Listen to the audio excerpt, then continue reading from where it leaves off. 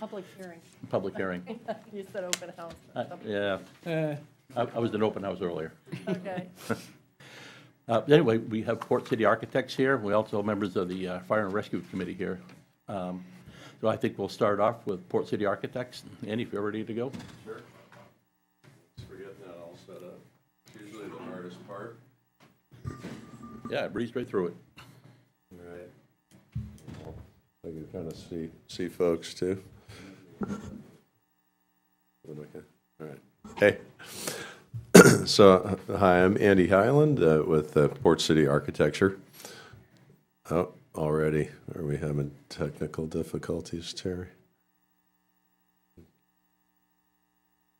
Go. Okay.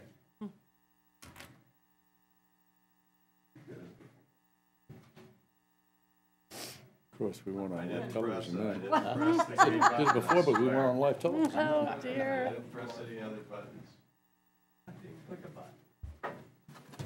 All right. Let's see, yeah. I was gonna say you could take that, but what good does it do? All right, let me get.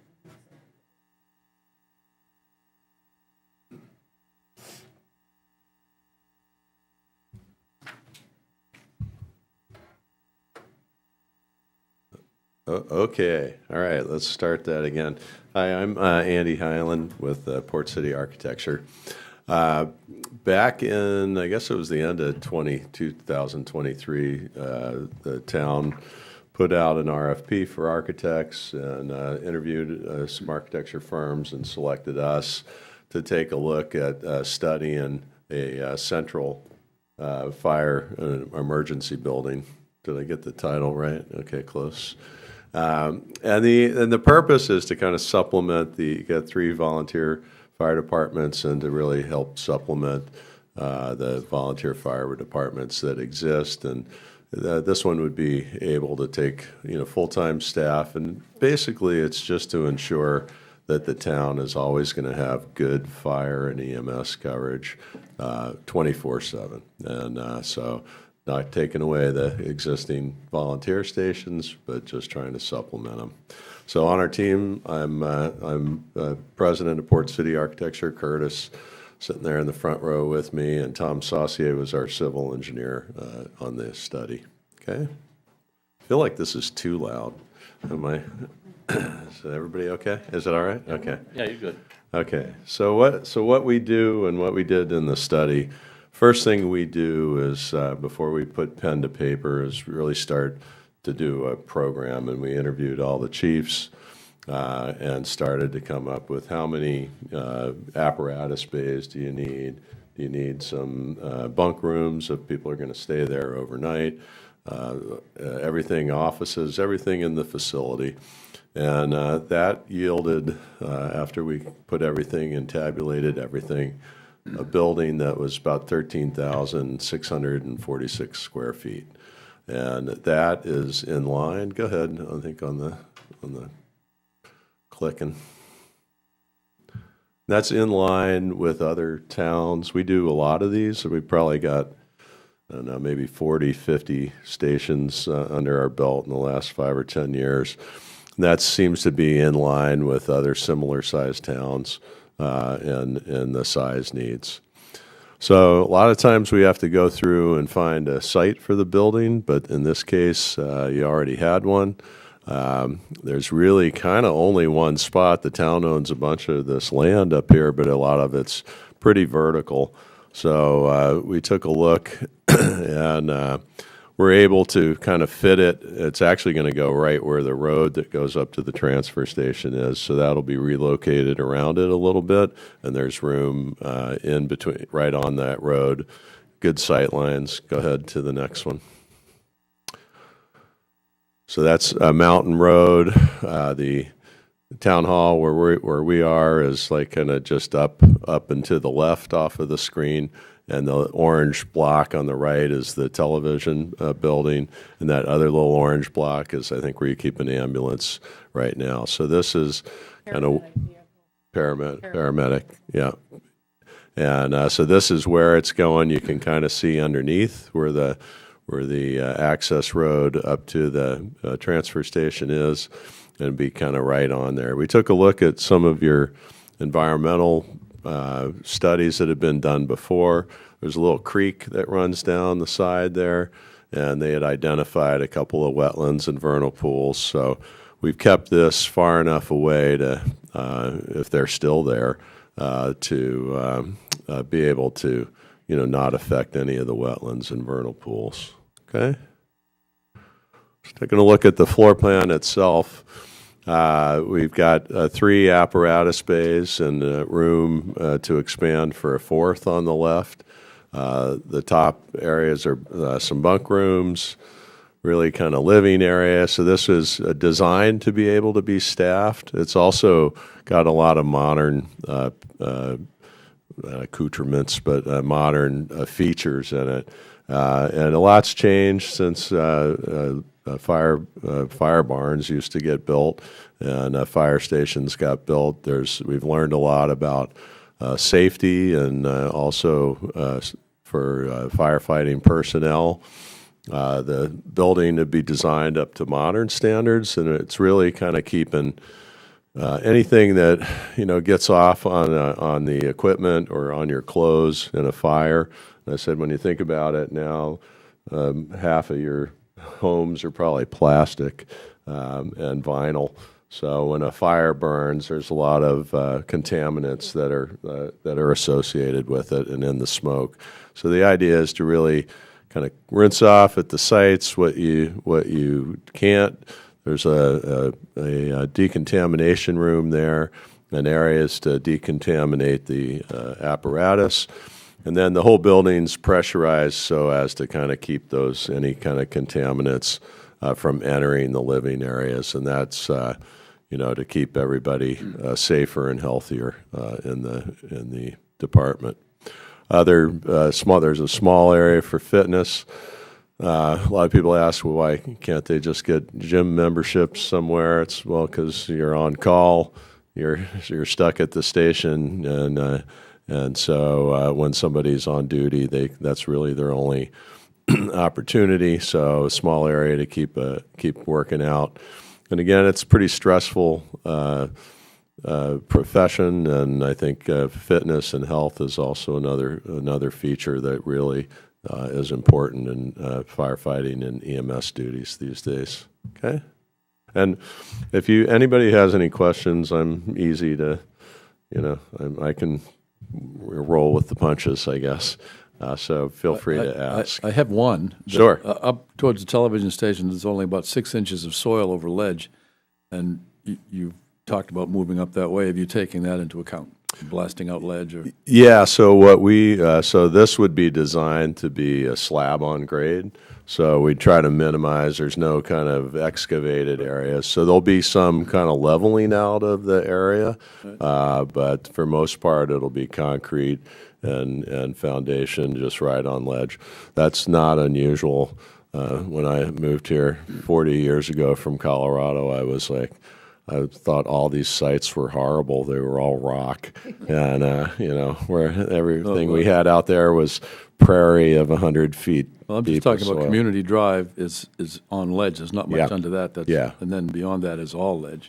Yeah. So there'll be some area of fill, and also this is kind of fallen. If you go up there, walk up there, there's a little bit of a ravine. Well, a lot of bit of a ravine right next to it. So the idea there would be that we'd bury some very large concrete cistern tanks, because we'll need fire protection there. So we'd have water for fire protection, and also maybe some sewage disposal tanks. Again, if we're rinsing some equipment off, to not get that in the ground, that we could test, make sure that the water was okay before it went into a leach field.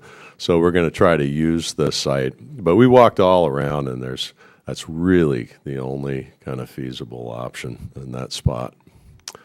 So, we're already to rough costs. Okay, so we're good at this right now, just because we have a lot of fire stations in various, kind of,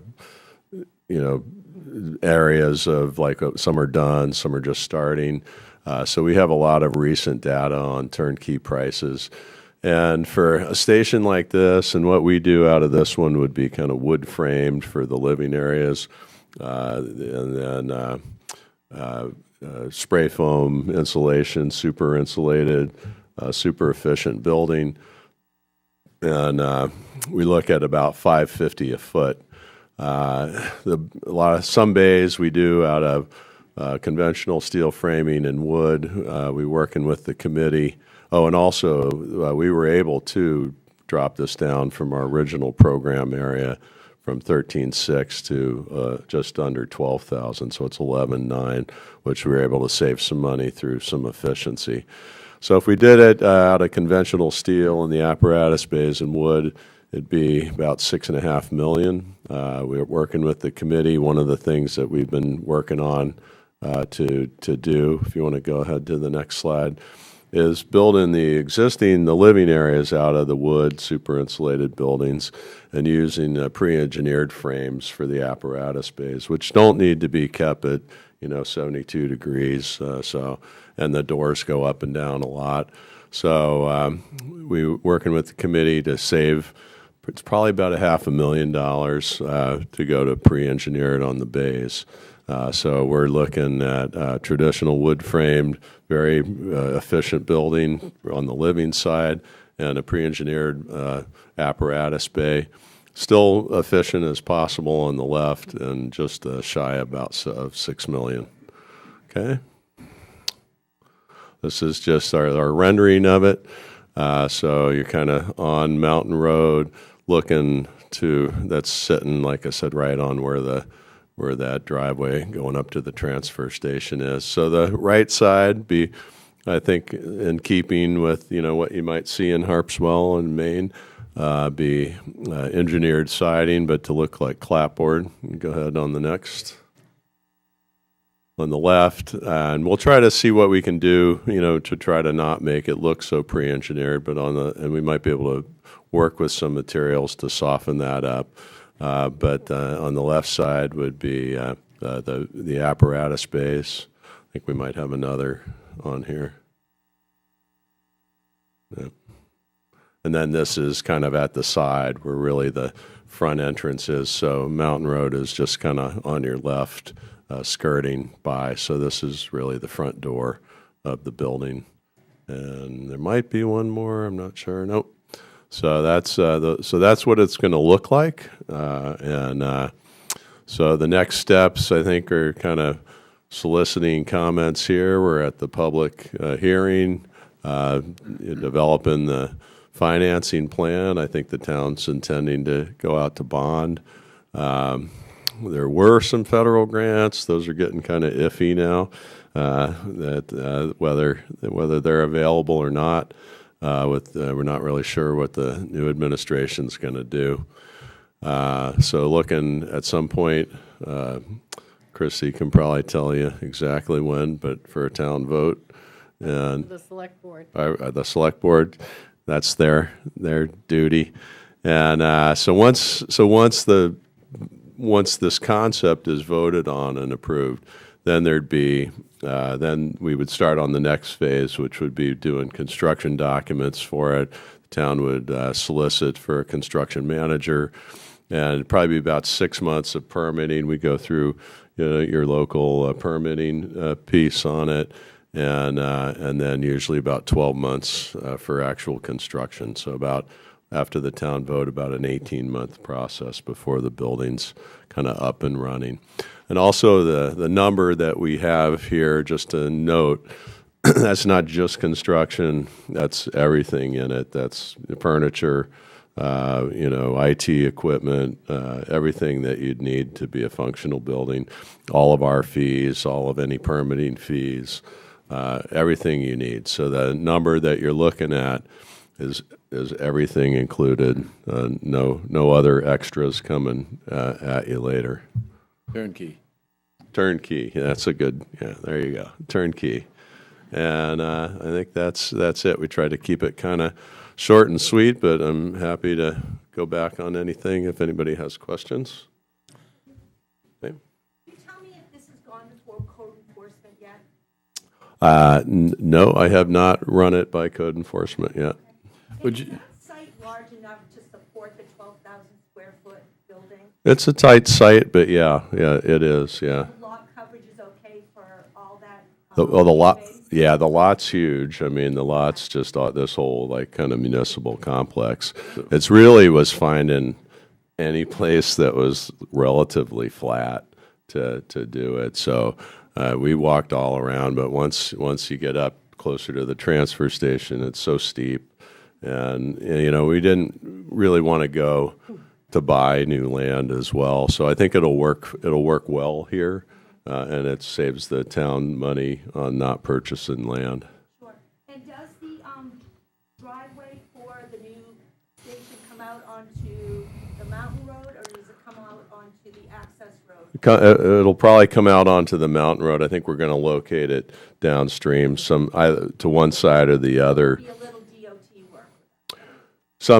To relocate that driveway. So, and right now in the study, we try to keep it to make sure that whatever we tell you is definitely whoops. So folks either have to get up to the microphone or you repeat their question because folks at home need to hear it. Okay. Well, you can do it from there. Okay. Do we need to go back over? Okay. We don't need to re-ask. Okay. So the questions were generally, will it fit on the site? Yes, I think it's the best site, short. And it's in the other piece of it, it's really well located. Harpswell is very, with all the different necks, it's a difficult spot. You want to make sure that your response time to any incident anywhere, that we put it in the best spot to have a good response time for wherever a call might be. So that's unique here, and and that you got all your peninsulas to kind of get around to. You're going to have to repeat this. You might mention there is space on the Yes, so we have 3 bays right now, and we've left room for an additional 4th bay for expansion. So, it's difficult to prognosticate the how much you're going to grow, how much you're going to need.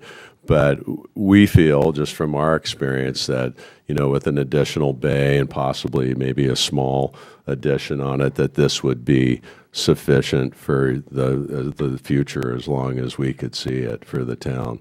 So, like I said, other Thomaston, other areas that were Berwick, that we've just done stations that are single station towns, similar size to Harpswell, are in the 12, 13 to 15,000, maybe 17 at the tops square feet for fire stations that take care of the whole town. Are you good? Are y'all good? Okay, great. Okay, well, you got to do the microphone now. Sorry. you. Okay. I read your study and saw the designs and all that, but I did notice that you made a comment in the study that to get a true cost of the program with energy costs, life cycle analysis would have to be done, et cetera, which would cost another $25,000. Is that foreseen to be part of is that in the bid right now, or is it in the next phase? So that really kind of started. So everybody got that question. So that was more not on the cost of the construction, but on the cost of operating this, because that's something that we want to look at for the town as well. How much are you? Because that never goes away. Every year you're going to pay maintenance and and energy costs for this building. So I can tell you that on the living quarters, so we went back and forth. Do we do the whole building pre-engineered? Save money at the start, and we really came to the conclusion as a committee that the living areas where you're going to be in there all the time should be sustainable, well insulated. So those we kind of kept in the wood frame, spray foamed, insulated, and I can tell you that that's as energy efficient as it comes. And the bays, we would probably have unit heaters hanging in there. The doors open and close a lot anyway, so it's hard to kind of keep the bays, you know, at a you know, a warm temperature. What you referred to as the, like, exactly how much energy it's gonna, how much is it gonna be, you know, 5,000 a month, 2,000 a month. That's when you really, to get accurate, you have to go into a energy modeling, and that was where the 25,000 kind of came in.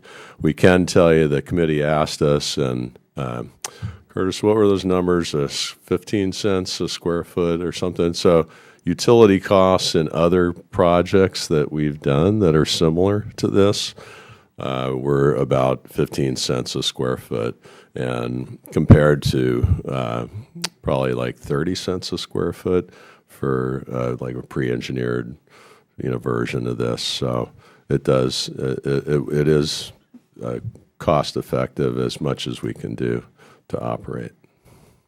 Mm-hmm. Any other questions for Andy? Anthony?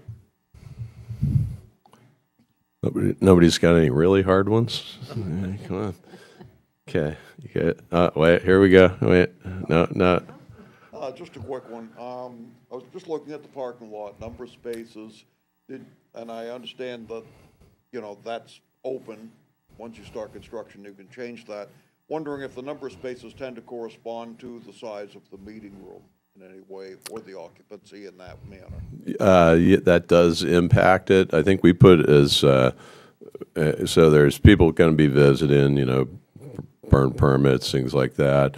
There's the staff that's there, and then there's an occasional meeting. So I think there'd be enough in the whole complex here that in a training that you could, if there was, we're right on the verge of that, I guess, right in around the building.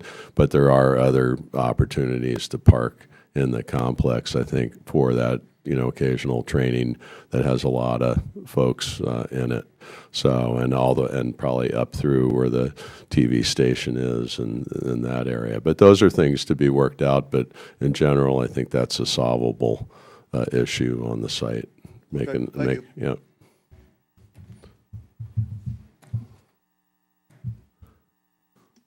Are we good with Andy here? I can come back Yeah. if you need it. All right. Okay. All right. Great. Thanks, everybody. Thank you very much. Andy. All right, I think we'll move on to Harvey. Bo, he's got a...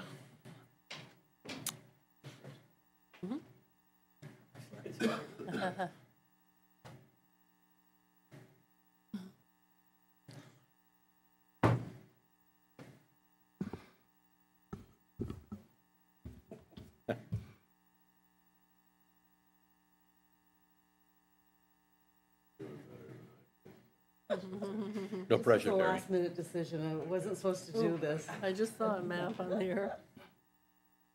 Hold on. Sorry. There it is. Right.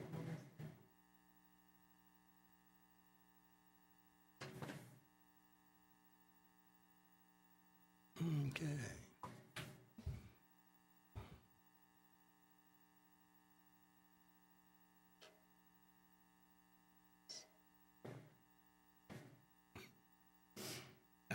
I'm Harvey Poe from Harpswell Neck. The Select Board had a variety of questions about the benefits that we would derive from the station. We've seen what it's like and what it will cost. So what are we going to get for that money? That's an incorrect slide, Gary. I see. Yeah. Well, we can go ahead with this. This is what Jim wanted. Gosh. The important thing with a closer, farther.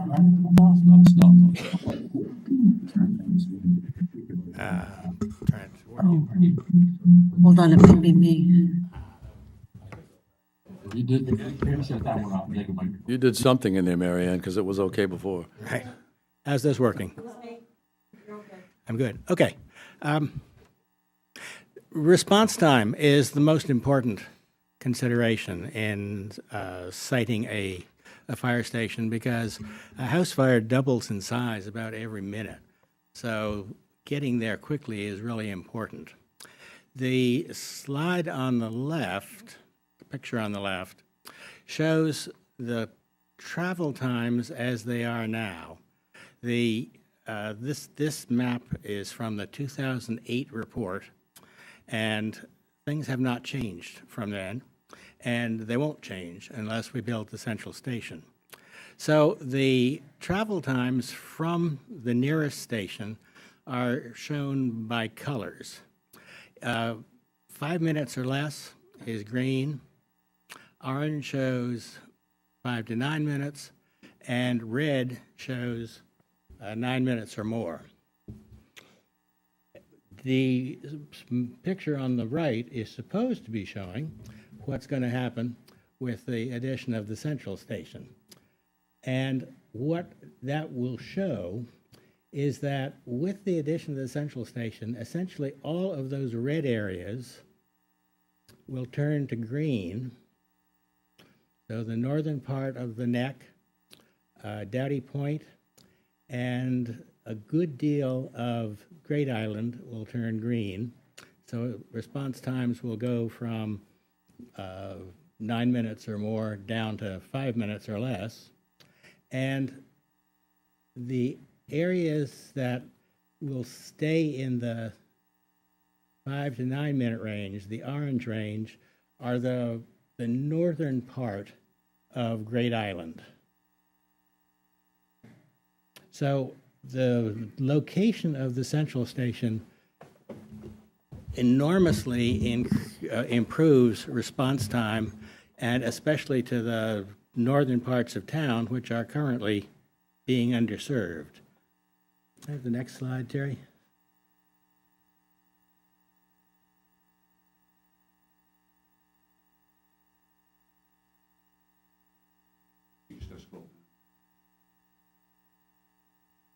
Yeah. Another thing that the Select Board asked us to address is the question of how far it is to a fire station if we add the central station. That's important in terms of insurance. Insurance companies are really happy if you're within 5 miles of a fire station, and they become less happy when you're farther away. And their unhappiness is manifested in various ways. They may charge more. They may limit the amount of coverage that they will provide, or they may simply refuse to write a policy so that your choice of insurance companies could be limited if you're more than 5 miles away. The current situation, and what will continue to be the situation if we don't build the central station, is shown on the left. On the right, with the central station, essentially everywhere in Harpswell is within 5 miles of a fire station. There are just the tip ends of a couple of the roads that are shown in red that are just over the 5 mile limit, but it will greatly improve the situation of Harpswell in terms of the rating agency that looks at insurance criteria. Are there any questions? Yes. Could you tell us the mileage from the proposed central station to the north end by the Schofield Farm, and from the Harpswell Neck station to the north end of the Schofield Farm? Please repeat the question. Yeah. No, Right. Harvey repeat it. Yeah. The question was the Okay. All right. here we go. Yeah, thanks, Mary Ann. Could you please give us the mileage from the proposed new station to the Schofield Farm, and from the Harpswell Neck station to the Schofield Farm? The From the central station, 5 miles north along 123, takes you all the way up to the intersection of Middle Bay Road. So it goes beyond Schofield Farm. From the Harpswell next station, 5 miles takes you to just beyond Mountain Road, maybe half a mile beyond Mountain Road. Okay, So, yeah. okay. Anything else? Yes, if we could go back to the slides that show the times. Yes. Mhm. Thank you. Thank you. So, Sean Hall, Oars Island. I'm the Assistant Chief of the Oars Bailey Island Fire Department. And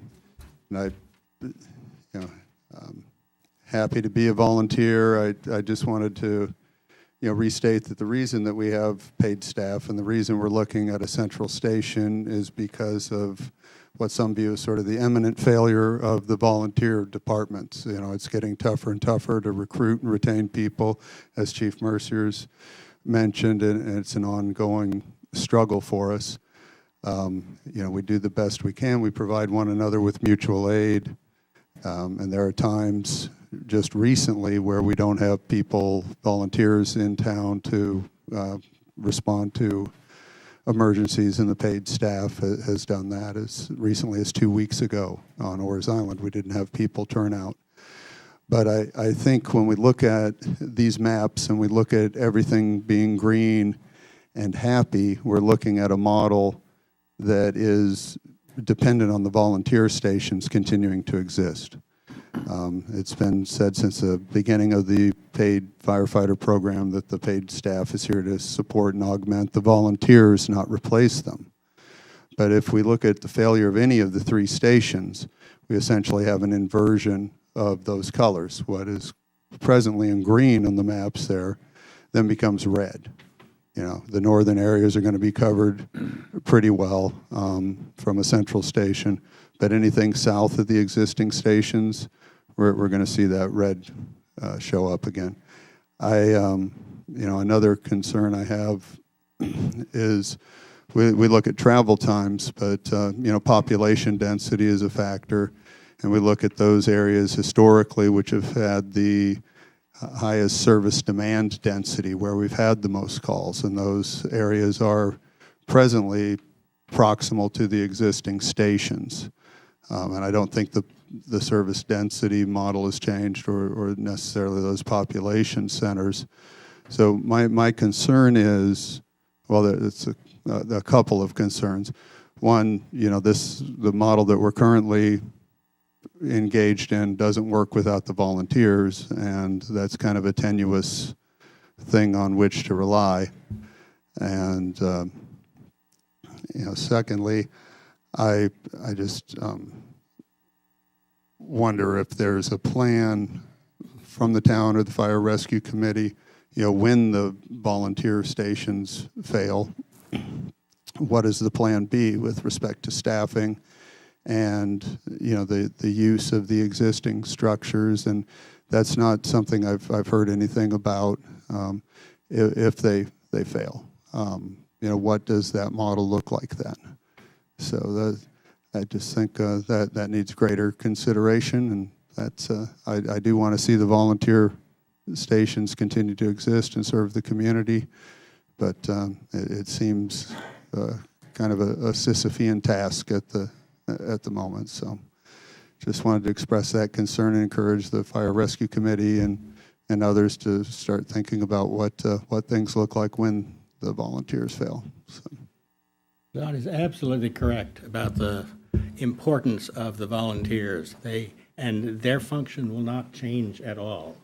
The volunteer firefighters will be responding from their home stations with the equipment that they currently have. And they are essential because, as is very clearly described in that handout that Christy prepared, 2 municipal firefighters cannot extinguish a fire. It takes more trucks. We don't have a hydrant system, so you have to have tankers who are filling up from the dry hydrants and bringing the water to the fire. It takes an enormous response, and the volunteers are critical to it. The question of the centers of population is a little different. We analyzed where building permits for single-family homes have been issued since 2008, and Harpswell is moving north. 72.1% of the permits that have been issued between 2008 and year-to-date in 2025 are north of the current stations.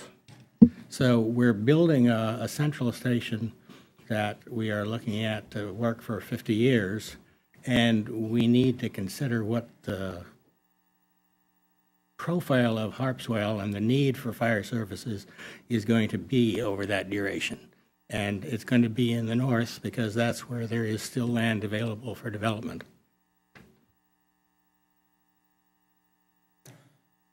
Anything else? Just a point to clarify, Grab a microphone. right, it's incorrect. The map on the right is incorrect. I don't know how that got switched. There are some of the other formatting is wrong, but yes. If any, can I have the,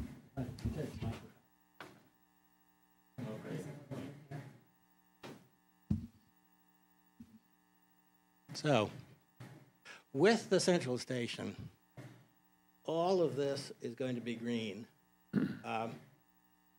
The very tip of High Head doesn't quite turn green, but everything from that. It's turned off. Let me try. Closer, maybe? Yeah, it says it's on. Okay, I'll talk louder. All of Dowdy Point, where there has been a lot of building, will be green. And green will extend up around the corner of the bay here. These areas are going to continue to be orange. They're just too far from either the Cundy's Harbor Station or the Central Station. But it will be at least an enormous improvement. Any other questions? Yeah, I'll just go to the left.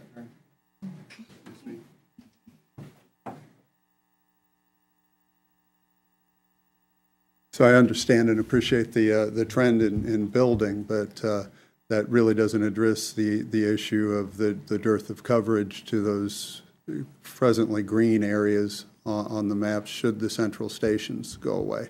And I'm just really, I'm imploring the Fire Rescue Committee and others to look at what it looks like when a department fails. Because I know when Chief Mercier came 7 or 8 years ago with concerns about recruitment and retention, and this model came into place, and it's been a great model so far. But, you know, if we have no one to drive the tank trucks, no one to do water shuttle, any of that, you know, all of that that's green right there will be red, and we're not going to be able to put out fires. So I don't know if there's a thought of having satellite stations there in the future that are staffed, or what we're looking at, or if there's an effort to kind of town-wide do a more robust recruiting effort for the volunteers. I know that we're drawing from a limited pool, but you know, I just think there needs to be a public education component associated with the construction of the new station, emphasizing that the paid staff is here to augment the volunteers. I think that there may be a perception without a public education component with the role of the central station that it's replacing the volunteers. And I think that could impact both our ability to recruit and additionally our ability potentially to do the fundraising that we need to sustain and operate our departments. So, yes, you're right. The volunteers programs are absolutely essential, and we need to maintain them. I hope there are a whole bunch of people out there watching this who are going to volunteer, because we need you. Young people. Yeah, young people. We are the people, in large part, who are fighting fires now are the same people who were fighting fires 20 years ago. And they're not as young as they were then. So this is a big issue.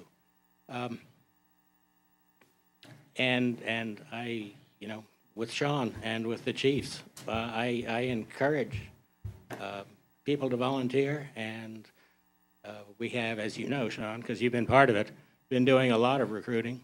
We need to do that more. We need to find out if there are more effective ways of doing it. Absolutely. Yeah, and we still have a helmet for you, Kevin and David, so, you can, What was that? we've still got a helmet for you. Oh, yeah. So, all right, thank you, Harvey. Mine's home hanging on the wall. Mine is too. Yes, good afternoon. Dave Mercier, Harpswell Fire Chief. Part of the compensation in the event that we do lose a station is that by staffing a central station, just as we're staffing the current stations with the municipal firefighters, what we've done is we've increased our response time by eliminating the turnout time that's required by volunteers. When we have to leave our home, get our, like this weekend in a storm, get our vehicle cleaned off, drive to the station, get in the vehicle, and get to the location, we've added several minutes to the call. When we have a central station or we have firefighters stationed at our current stations, we have that immediate response because they're there, ready to go. So there is a balance that is struck because being available to turn out immediately allows that response time to be reduced considerably, so that those areas that are in the most southern locations are still getting a better response time than they would be getting from the volunteers. So is there some balance and trade-offs? Of course there is. There's going to be, but these are changes that are coming. But the response times will improve when we've eliminated that turnout time. Thank you.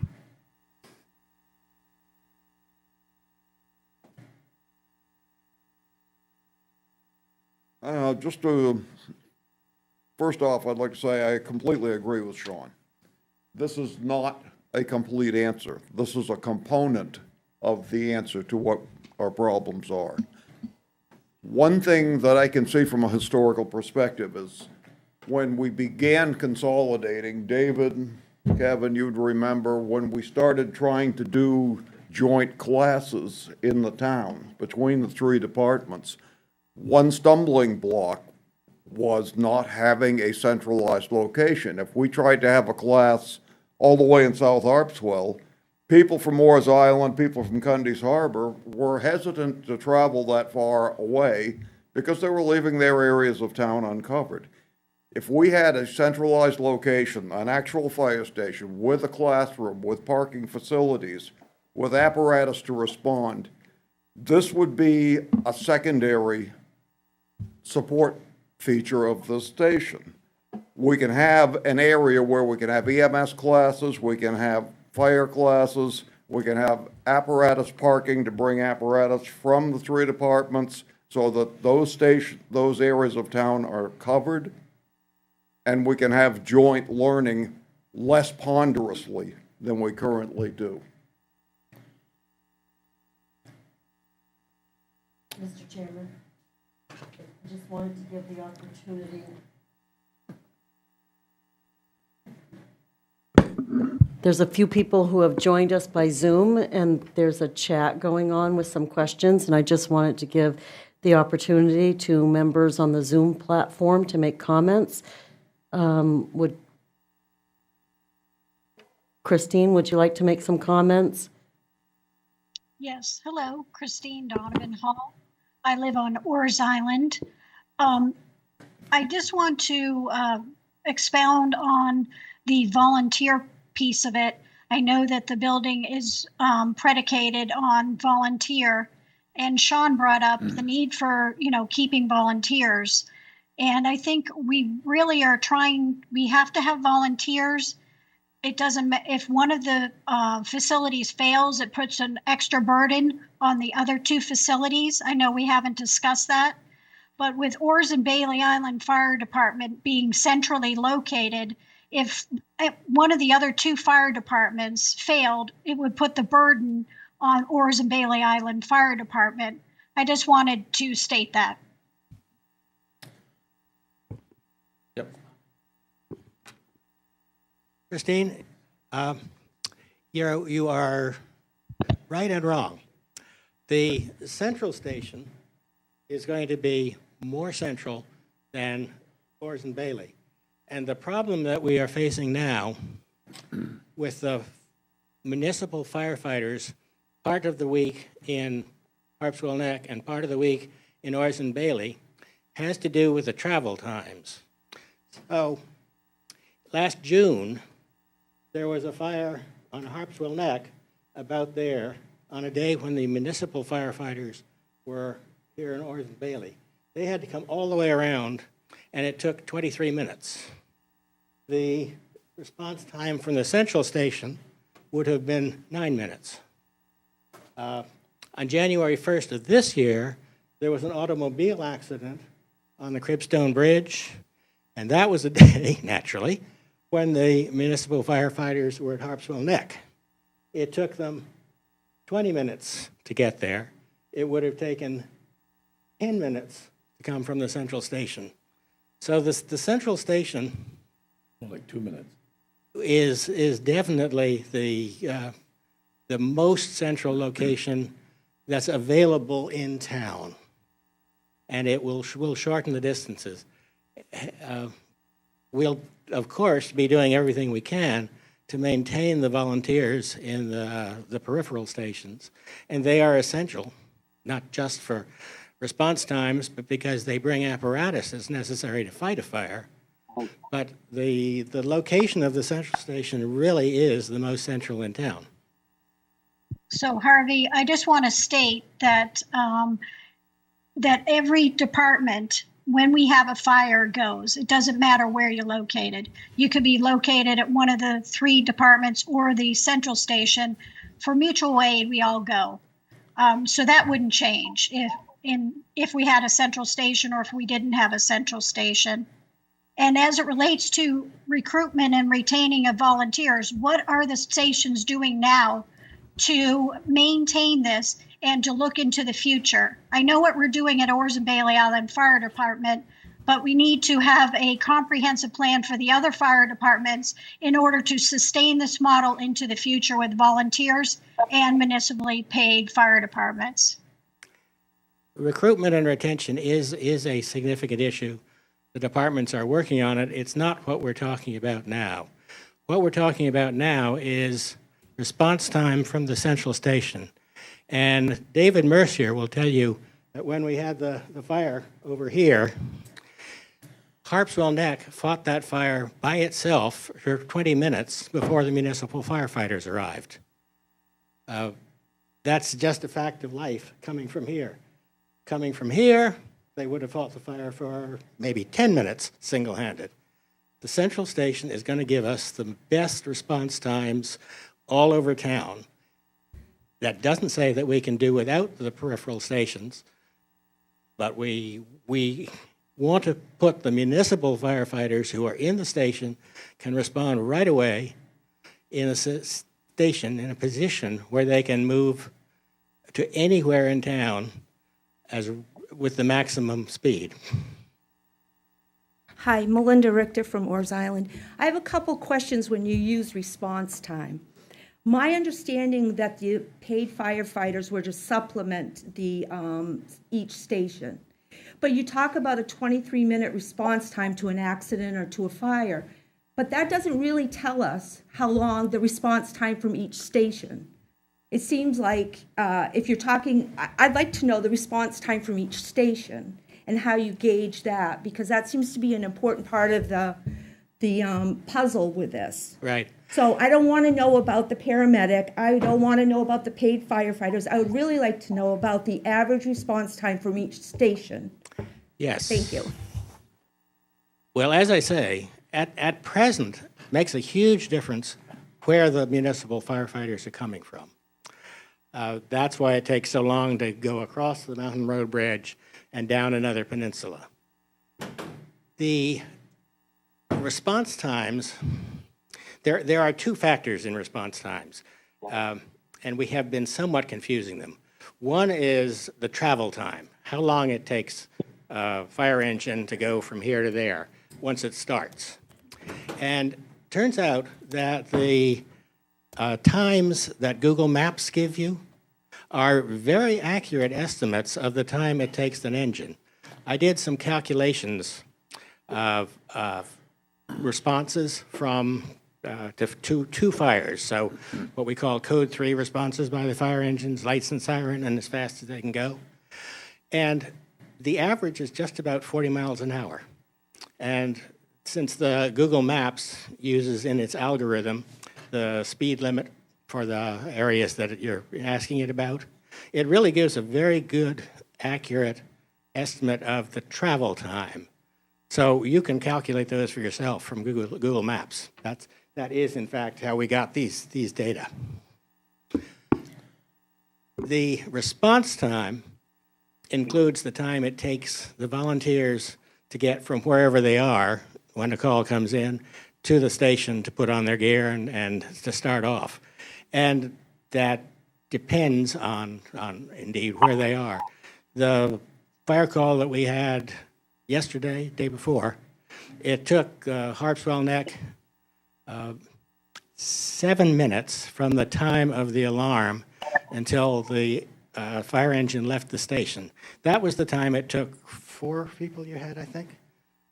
You had 4 people responding? That was the time you had 3. That's the time it took the 3 people who responded to come from wherever they were when the alarm came in. So response time includes travel time to the station, from the station to the fire. The great advantage of the municipal firefighters is that they are in the station, so they don't have to spend any time getting there. They can start right away. Thank you. But you gave us an estimate time, Melinda Richter again. You gave us an estimated time of 5 to 9 minutes before. So I would like to know how this will improve it from our central station. Like, I'd like a time, you know, because if we have to compare apples to oranges, it would be nice to have a time. So I assume that that the Fire and Rescue Committee, in doing all this research, came up with average times. Yes. Could you give us those from each station to an average to get to the site? I understand what you're asking. The average time to go from here to down here. No, from the current stations. From the current stations? What is the average time that in using time as a reason? Yes. I'd like to know from going from the current station to a site, to a call, what is the average time for each of the stations from where they are now to their population density in that area? Okay. I'd like a specific time. All right. And if you're asking us to do apples and oranges, 7 to 9 minutes, I'm just wondering what the average times are now from each station. From each station? Yeah. Those are the color-coded ones that you see here. Yeah. 5 minutes or less, 5 to 9 minutes, more than 9 minutes. So you found your average from each station, like from OBIFD to a call, their average would be? Well, it depends on where the call is. No, I know that. But I'm sure that in doing your research, you looked up average times. Average, I'm not compare it from what you're proposing to what the actual time is now. I'm sorry, I'm not understanding you. You gave us a time of 5 to 9 minutes. That's the travel time, yes. As travel time. Yep. I'd like to know what the current travel times now are from each station, each existing station. What are the average travel times now to compare apples to oranges? No, I know. I said average. But we do know that the meters have. Yeah, I would love to hear the average. Are you talking about the information you sent on the email? I don't know. What are the average times? Well, I mean, how are we taking 10 minutes for each call average, or are we taking 2 minutes for each call average for the density area that each station is in? If you So- want me to buy 5 to 9 minutes, Right. is that's the right thing to do? I need to know if it's taking 2 minutes now, why would I want to buy 5 to 9 minutes? Anywhere in this green area, this green area, this green area, the fire department can get there in 5 minutes or less. If it's here, it's going to be a lot less. If it's here, it's going to be more. If it's way up here, it's going to be 5 minutes. So the concept of average doesn't seem to me to make sense. But you're giving us 5 to 9 minutes average for, No, I'm giving you, that's not an average, it's a range, 5 to 9 minutes. David, you have a mic. Go to the podium. There's a big world out there watching us, Dave. In the 2008 study, it looked at response time, which again was the total time from the firefighters leaving their house, get to the station, respond to a location. The study looked at that, and they came up with an average time of 14 minutes. okay, I think that's what you're looking that's for. what I'm looking for, yes. And we've looked at that since then. So in the last, 8 or 10 years, we're finding it's the same 14 minutes. Because nothing has changed. The volunteers that currently exist, with the exception of a few, generally are living in the same locations relative to the stations, so that their response time to the station historically remains pretty even, with the exception of environmental conditions. So that what we are doing, we are reducing that time.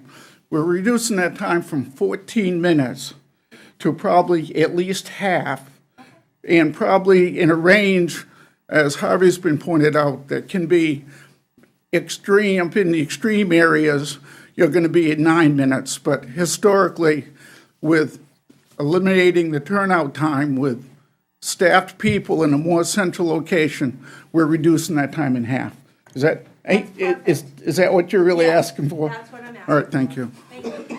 There's also a question from somebody on Zoom as well. Now you can unmute, Mr. Vincent. Yes, thank you. Can you hear me? Yes. The earlier the issue was raised about the potential failure of the volunteer companies. Aren't we really saying now what we're proposing is a 4-station solution that depends on the 3 volunteer stations and improves response time across Harpswell? Yes. If we lose a volunteer station, isn't the reality that we're going to have to face on the net a $1.3 million investment to put paid firefighters there, or in Cundy's Harbor a $5 million investment to put paid firefighters there, or paid firefighters at oars? To have the response times that we're laying out, we need the 4 stations staffed. So to me, it's not a question of replacing volunteers. We're critically dependent on the volunteers. If we don't have the volunteer stations, we're looking at significant investments to maintain the same type of response that we have today. This is a question that really should be addressed by the chiefs of the department. And if I could add one thing, should a volunteer station, Looks like should a a volunteer back up station again. fail? All right. So I'm the one that talks a lot about sustainability. It's inevitable. The short answer here is we're aging out. The average age of the firefighters, of which I only have 6, is 65 years old. The average age of my rescue personnel is close to 70. I think we can all do that math, that without an influx of some new young folks, the volunteer stations are difficult to maintain into the future. So it's been my goal that if the future results in no coverage in my district of Harpswell Neck, where's my fire coverage coming from? Well, it can't come from OBI. OBI is 10 miles away from my station. That's unacceptable for the people in West Harpswell. It's got to come from a closer station. So by building the station now, we are preparing for that inevitability that's going to occur just simply because we're aging out. And now is the time to do it. You know, we always hear the phrase, it's never going to get cheaper. Well, it's not. But as being asked, when we need it, we're going to need it immediately.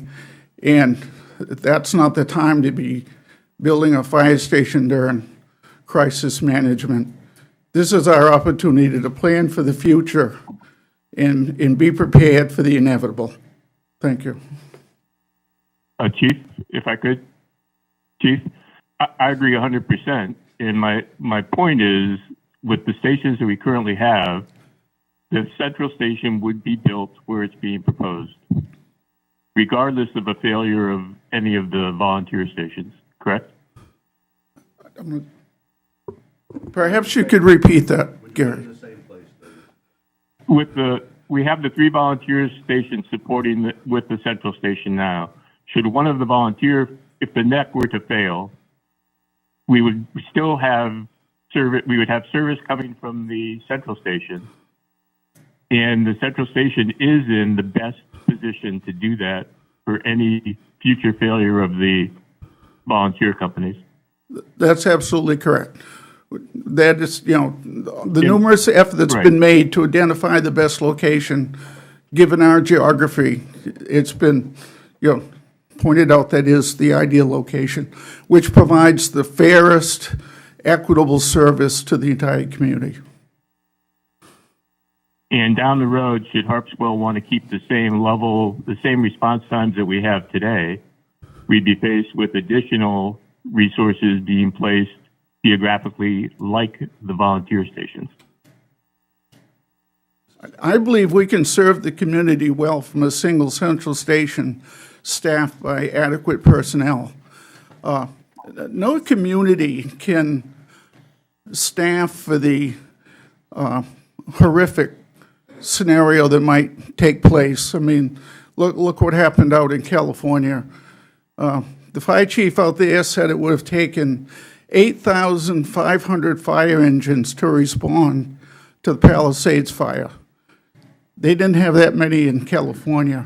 So no community can, you know, prepare for the absolute greatest demand. I think we have to prepare for the fires that we can handle historically and look at what type of calls we're getting and try to be physical responsible about building a fire station and staffing it to meet the current demands.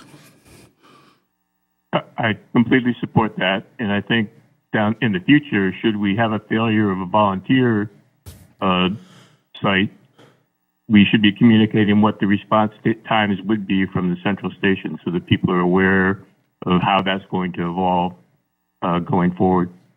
Thank you. Anybody else, Terry? Not on Zoom. No.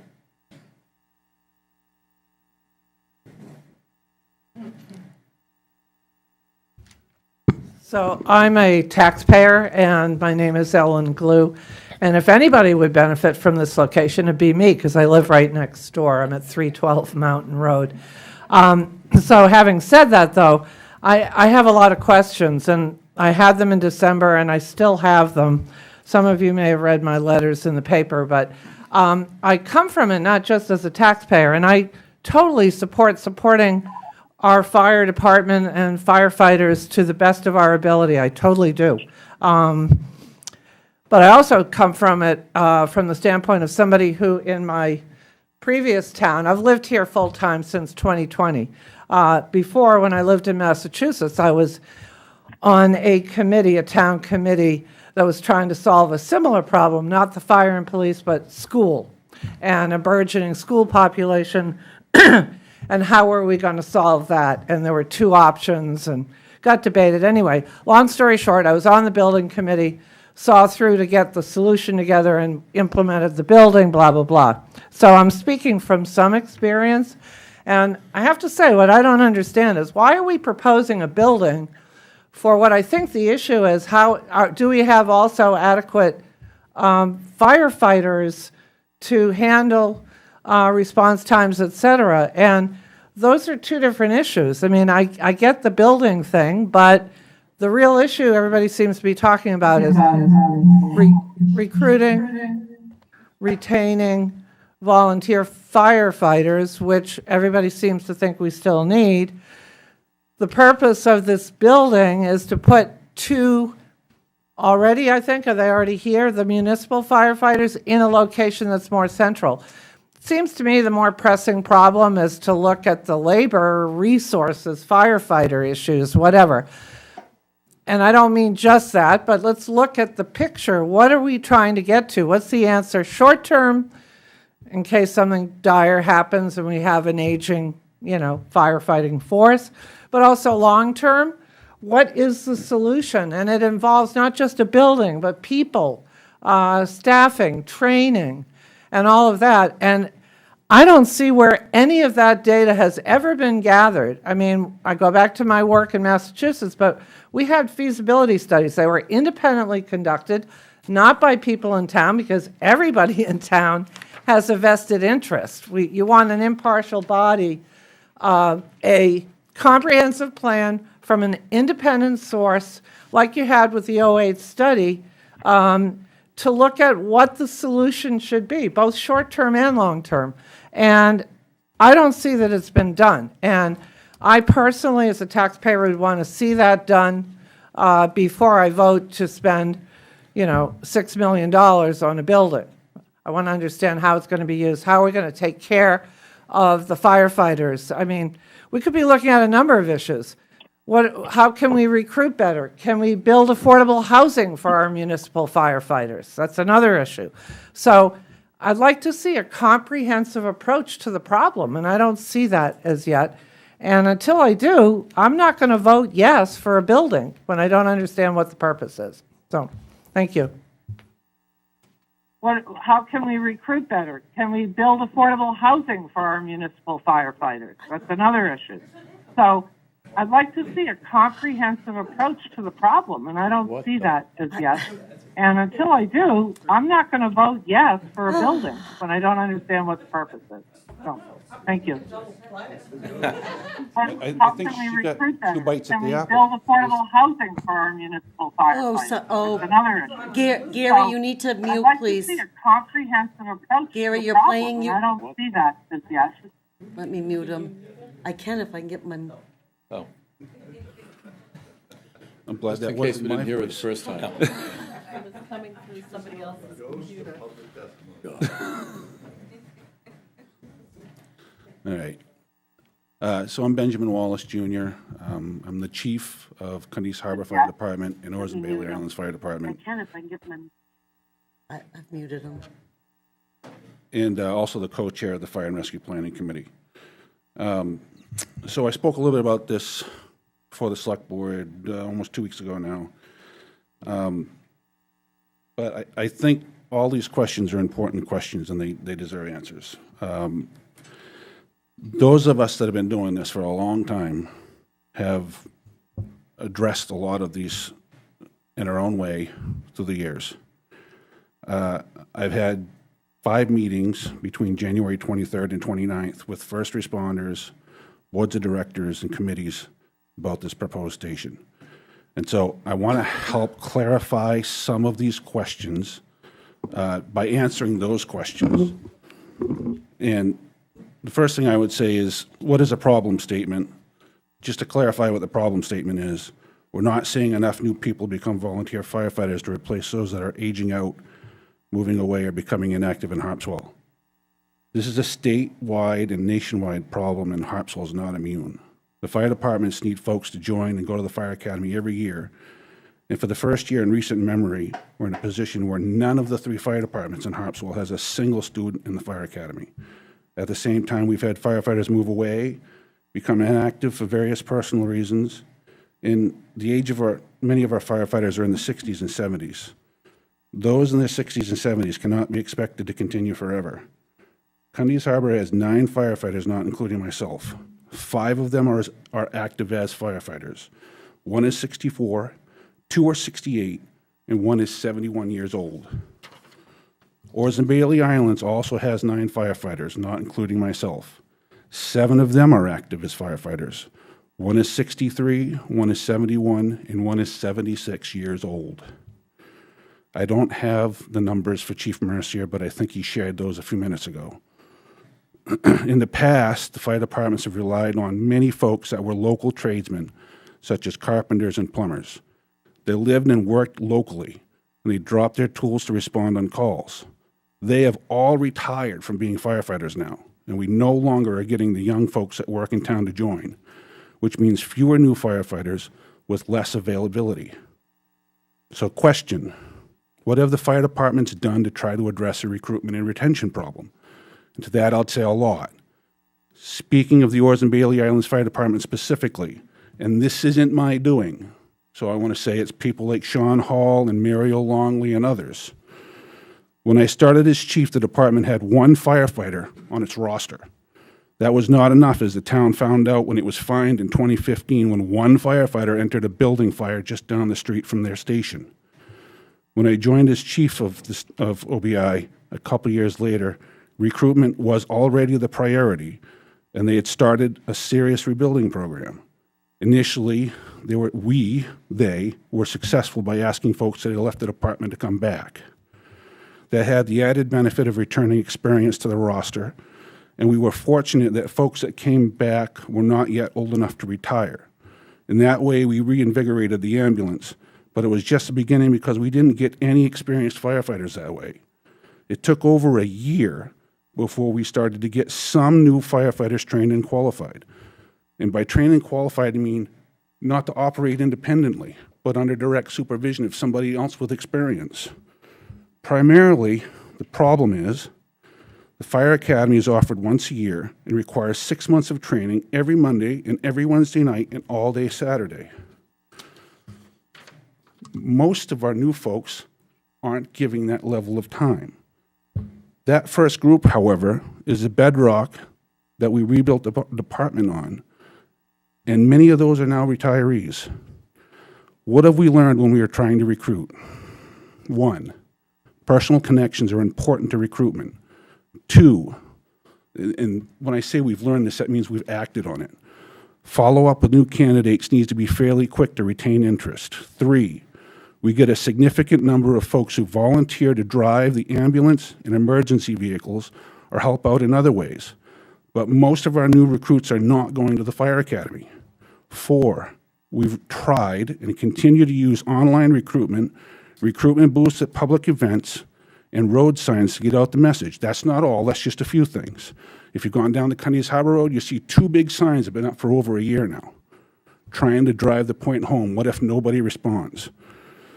If you're here watching and you can carry 70 pounds of PPE and equipment while working at a high energy level and you have time to explore firefighting, please reach out to us. We'd be happy to introduce you to firefighting and bring you on board. Our recruitment number, for a plug, 207-544-5399.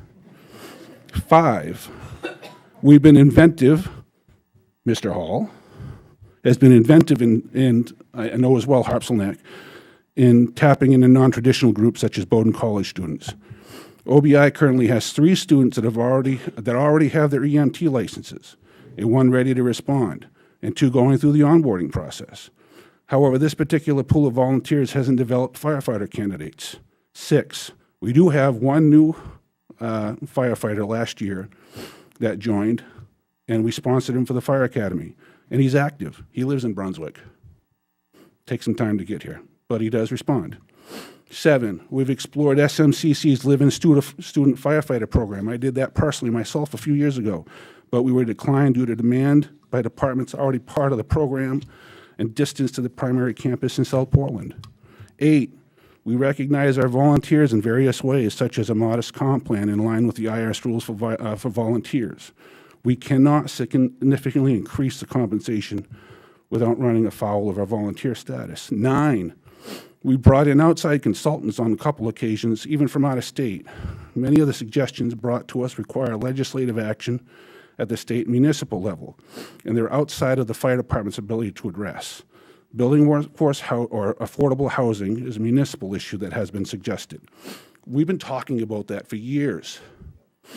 Absolutely, at least 20 years that I know of. It's in the current comp plan, I believe, about affordable housing and the impact on volunteer services in town. There's a limit to what the fire departments can do. Tax breaks for the volunteers is a state issue. Those are just a couple to name a few. To be frank, there's no way of knowing if those things will be successful in Harpswell given the priorities of many new families these days.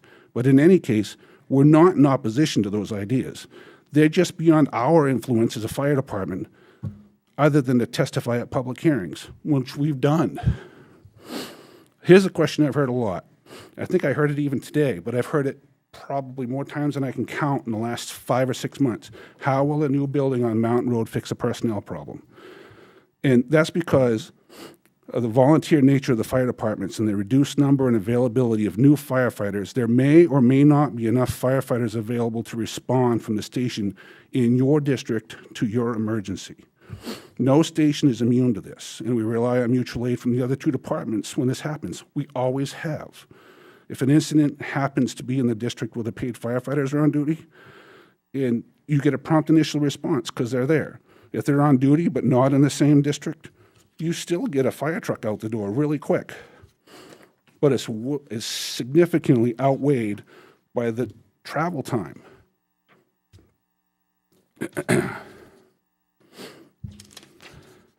Uh-oh. See what happens? Is significantly outweighed by the increased travel time to the emergency from one of the other existing stations. For instance, it's already been mentioned, Friday the 31st, there was a car accident on Cribstone Bridge. Orr's Island had 1 EMT and 1 firefighter. Neither were able to drive the ambulance or the fire engine. The paid firefighters responded to fire engine from Harpswell Neck, and I had it down at 18 minutes. It was 20 minutes. I was giving them credit for stopping to grab another truck at Orr's Island on the way by.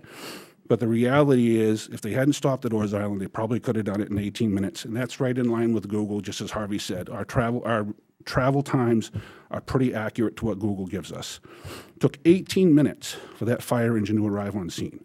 The paramedic responded from the Mountain Road, which is literally feet from where we're talking about building this new station, with a lighter and more nimble SUV, but still they did it in 8 minutes compared to 18 minutes.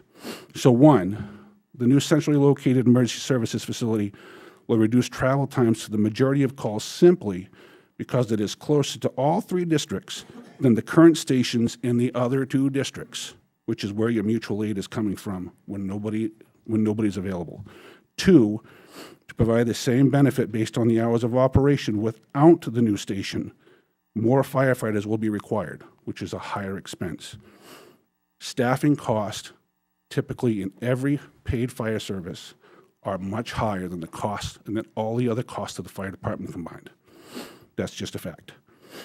Question: will a centrally located facility impact volunteer operations? Harvey already addressed this, but I'll repeat it. The volunteers will continue to operate from their own stations.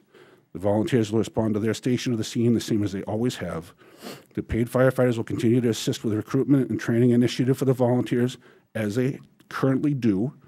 The only fire truck being transferred to the new station is the town-owned fire engine at Harpswell Neck. They have another one, and they've already told us they can no longer staff both engines. There'll be no change in the dispatch and assignment of calls. The paid firefighters will continue to respond to fire calls in support of volunteers as they have since 2017, except from a new location. Question: will a centrally located station be staffed 24/7? Current planning calls for the staffing the new facility from 6 a.m. to 6 p.m. 7 days a week to cover the volunteers when they're away at work. However, the station is designed to accommodate 24/7 staffing in the future. What other equipment will be located at the facility? Right now it's a paramedic, but the garage space is flexible to house other equipment such as town boats or emergency vehicles in the future. Tell us more about the capability of the facility. as training spaces, administrative spaces. A lot of this we already covered. Let's see. These are some of the questions I've been asked about the proposal. The questions I've been asked are reasonable. We know we can answer the questions, and I'm happy to provide answers if asked. The bottom line is we have a limited resource, in this case our firefighters. Recruitment of new volunteer firefighters is not keeping pace with the town's needs. The town augments the volunteers with paid firefighters. It is important that they be located as central as possible to all areas of town to reduce response time, just like the paramedic is. We've had that experience now since 2012, I think, is when we started the paramedic, so we know it works. Moving to the proposed station will reduce the response time to Orr's Island and Cundy's Harbor calls as much as 9 minutes on Thursdays and Fridays. Moving them to Mountain Road will reduce response times to Harpswell Neck by as much as 6 minutes and Cundy's Harbor by as much as 4 minutes on Mondays, Tuesdays, and Wednesdays because they're at Orr's Island.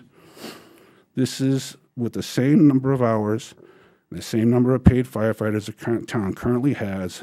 That leads to a faster response and better outcomes when the paid firefighters are responding from the central station and overcomes Harpswell's unique geography as much as can be done. One other question that was asked that I wrote down in pen that I didn't have typed up: what happens if the stations fail? And I should have typed that up because I've been asked a few times. First of all, God help us. Let's hope not, right? But I've shared this with the volunteer responders on a number of occasions. Even if every trained firefighter in town was located at this building, we still need people that can operate the fire engines, the tank trucks, the squad trucks, the ambulances, all of those things. And those things do not require the level of training or strength or endurance that it does to be a firefighter. That is our, I don't want to say the highest trained, but is the most physically demanding job in the fire service, is to be a firefighter. Somebody that can't be a firefighter may well be able to operate a pump truck for us or operate a tank truck for us. All of those things we still need. So even if we didn't have any firefighters at Cundy's Harbor, we still need Cundy's Harbor's engine and its tank truck and its squad truck and its ambulance, right? We can still recruit drivers. We can still recruit EMTs. Those things we're doing. So those are the questions I've heard. Hopefully the answers are helpful. I suspect it don't answer everybody's questions, but maybe not here, but later, if somebody wants to reach out to me, I'll answer whatever I can as well. Thanks, Ben. This fireman needs his cane.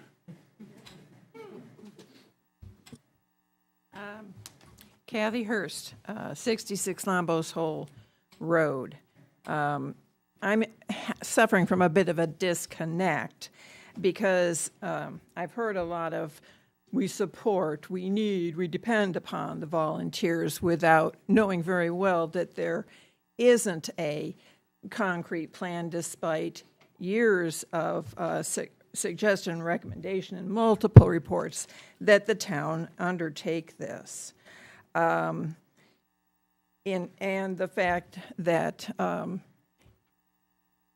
David Mercier has said, it's not if a station fails, it's when. And I almost felt like when he was standing up here, he was saying that he was underneath the current. I heard our station is going to fail, and we're glad to have a central station in place at that time. That's, of course, not what we want to hear. Now, many of the factors that contribute to the difficulties with recruitment and retention are not going to change. We have to understand them better. The Orr's and Bailey Island Fire Department Strategic Planning Committee formed a subcommittee, a working group, to undertake looking at recruitment and retention. We would very much like to continue that under the umbrella of the Fire and Rescue Planning Committee. We would like to know that all 3 stations are going to be involved. We would like the town to provide support. monetary support if needed. I am glad to lead this effort, as I have been leading it at Orson Bailey Island Fire Department.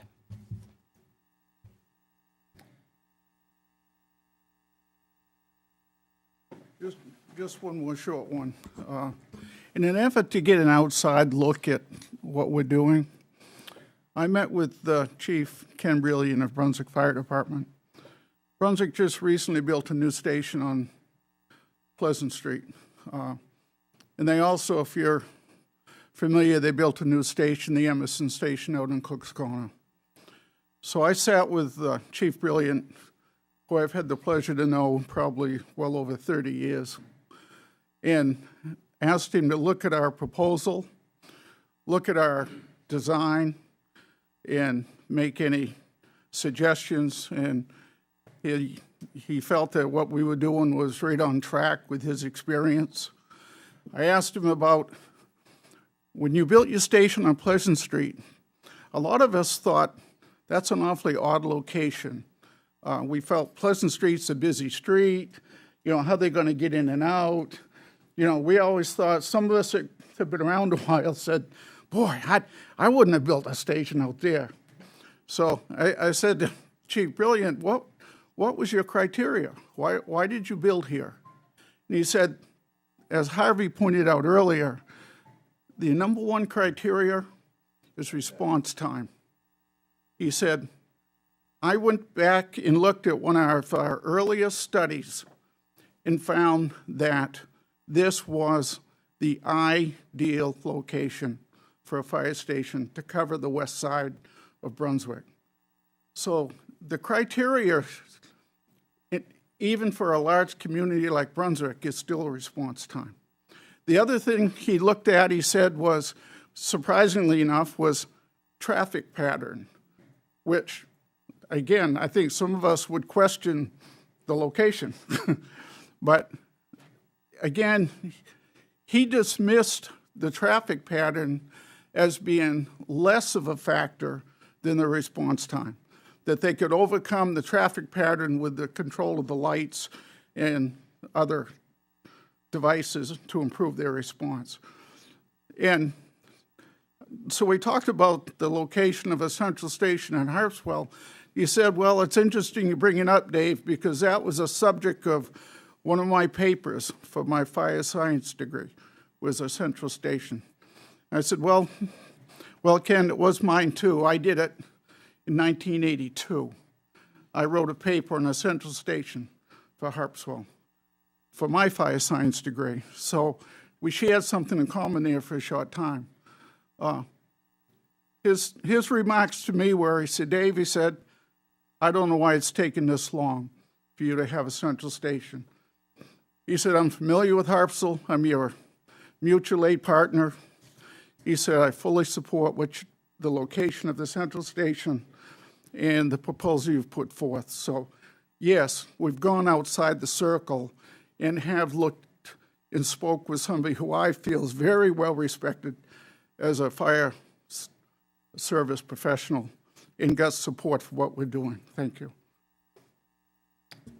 As far as staffing and planning for staffing, if Dave or Ben or Mike could answer that question about what we've done for high paid coverage and what we're planning to do, and hiring more staff people, and what the proposal is for that.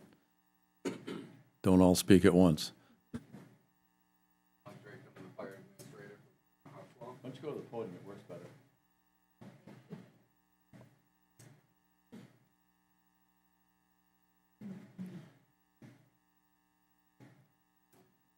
Mike Drake, the fire administrator for the town. So as for the staffing questions, we currently employ myself as a full-time fire administrator. I have 2 full-time firefighters and 5 per diems that are on staff.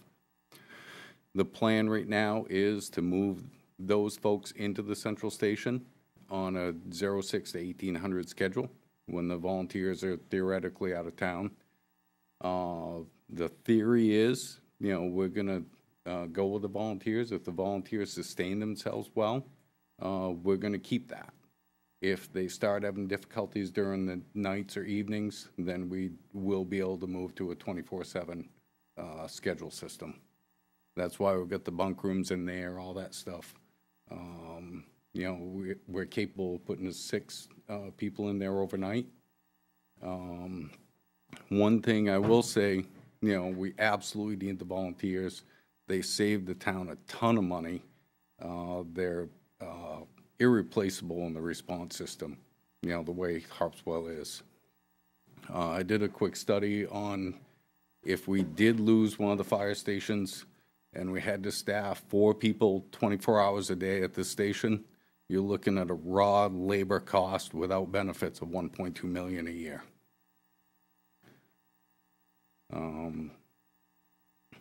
Any other questions beyond that? Is there a proposal to seek greater town funding for paid firefighters? Repeat your question, Mike, please. Is there a proposal to increase staffing? Is that what you're saying? Well, yeah, for the town, excuse me, for the town to fund additional paid firefighters. At the March town meeting, we've got a proposal to move coverage from 5 weekdays to 7 days a week, 12 hours a day. There was felt a need. There's been a couple issues with the response on weekends. So it was reviewed by the Fire Rescue Committee, and they decided that it would be the best for the town to move to 7 days a week. What about overnight? If it comes to that point, then we're totally prepared to move and hire staff to do that. We really, really want to keep the volunteers. I've been a volunteer for 35 years in the town of West Bath. I recognize that volunteers are extremely important. The big problem that faces the town of Harpswell, like a couple other speakers have said, is our geography. And I like to use Wiscasset. Wiscasset's got a pretty similar population. Wiscasset has one station in the middle of town. But Wiscasset has Woolwich, Dresden, Edgecombe, Newcastle, all these towns that can come flooding in and help them if they have an emergency. We have to depend on Brunswick. Currently, Brunswick runs right around the area of 5,000 runs a year, and they're extremely busy for the staff that they have. They actually recently had a mutual aid request to Topsom to go to a working house fire, and they said, "We're sorry, we're all tied up, we can't send a fire truck." So that's another difficulty that we have to, really look at with our staffing down here. But the short answer is we've got to remain fluid. The anchor asked me a few months ago, what's your plan for fire rescue services for the next 3 to 5 years? And I said, quite frankly, I can't tell you what next year looks like. We're going to need to, keep trying to recruit volunteers. Hopefully that's successful and we can keep going with just a couple of people in the station. But this station's going to fill the needs for the future of the town. And if we do need to staff more people in there, we have the ability to do it. Anything else? Anyone else while I'm here? Yep. That was easy. Yep. Are we good on this? No, I have one more question. Yep. Sorry. It's all right. So this is for the selectmen, and all of this, could you give us the warrant wording? It's on our website. It's on there already? Proposed for discussion at the Thursday, so thank you for the question, great question. We, the staff, know this issue has been in the pipeline for a while. We have an article for the select board to consider at this week's meeting, and they will decide whether or not they want to move it forward to the March 8th town meeting. Okay. And has this gone before Budget Advisory Committee? The Budget Advisory Committee is having a special meeting next week to discuss any of the changes to the budget since they reviewed their budget recommendations with the board. That meeting is Tuesday at 2:30. Super. Thank you. Then the last question is, what is this going to do for the mill rate? I haven't heard that yet. So we tried to put a little information on this question and answer handout. And essentially, we've looked at, what does the $6 million bond look like? How many years would the town want to have in terms of paying it off. We, the staff, have kind of suggested a 25-year bond in the first year, which was probably not going to be until 2026. We wouldn't borrow the money until late 2025, and so the first payment would be in 2026. We're looking at about a $500,000 figure for principal and interest in the first year. It might be a little bit less than that, I think. And that information will be available as well. If we took that amount of money and applied it to like the proposed mill rate in the coming year, 2025, just saying everything else remains equal for the 2025 budget, we're talking about $20 per $100,000 value. Okay. So if you had a $400,000 valued home, it would be about $80 additionally in that first year for the principal and interest payment. As Mike said, we haven't really tried to project when we might need to add more paid personnel, but we will have to be fluid and flexible, and the town meeting voters will have to consider that at the appropriate time if we're not able to provide enough volunteer support for the system and the model that we currently have. Okay, thank you. Oh. Should I go to the podium? Yes, please. Hopefully you don't have to listen to me 3 times. Yeah, I just have a question. I think originally the town appropriated $100,000 for the building study. My question, so going back to that, the life cycle analysis and energy modeling would need to would cost $25,000. Are there funds still in the original appropriation of $100,000 to do that? There are funds if the board decided that it wanted to do something like that. There are some funds available. Okay, in the 'cause I think planning that would money. be valuable information voters would want to have. So that's just my comment. Okay, thank you. All right, anybody else? Think hard. Anybody but Jonathan? Yeah. Yeah, there we go. This is what you get when you call. I know. So I'd like to make a point about some of the words used. I'm Jonathan Burbank. I'm the president of the Cundy Suburb Fire Department. I'm a volunteer. I'm one of the young people in the firefighting group. That the system is struggling now to have qualified interior firefighters, okay? This is clearly a position, I'm just replicating the chief here for a minute. This is a young person's job, okay? But to make the firefighting system run, again, mirroring what the chief said, is a large contingent of other positions that support them. And because the town of Harpswell does not have hydrants, most of that system is intended to move water because we're fighting fires with water. And this is where I'm sort of speaking personally.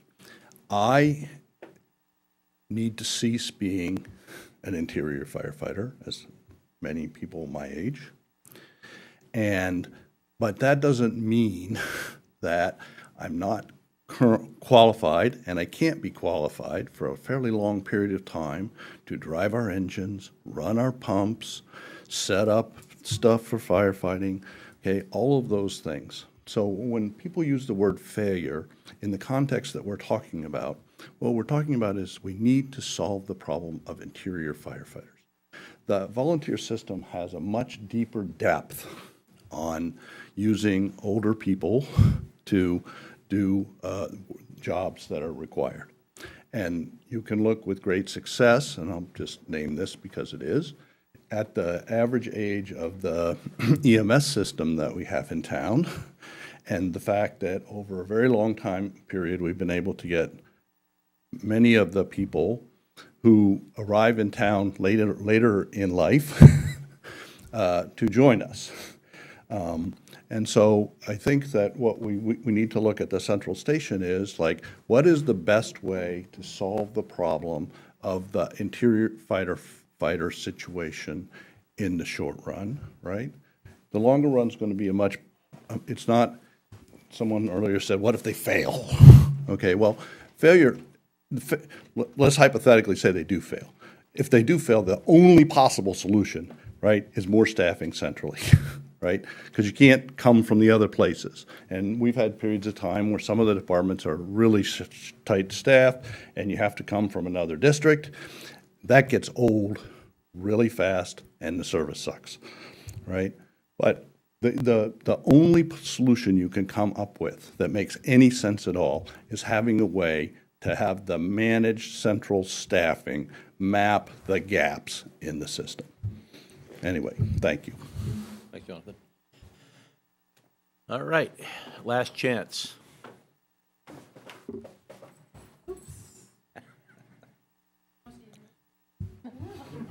We got people here for you. There is a pretty well documented system that combines volunteers and municipal, and I think that it might be worth starting to look at that right now as a possibility for the future. All right, next is the last chance. Anybody else? All right, I think we're good to go then. Thanks, everybody, for your comments. Thank you. Thank you for your time.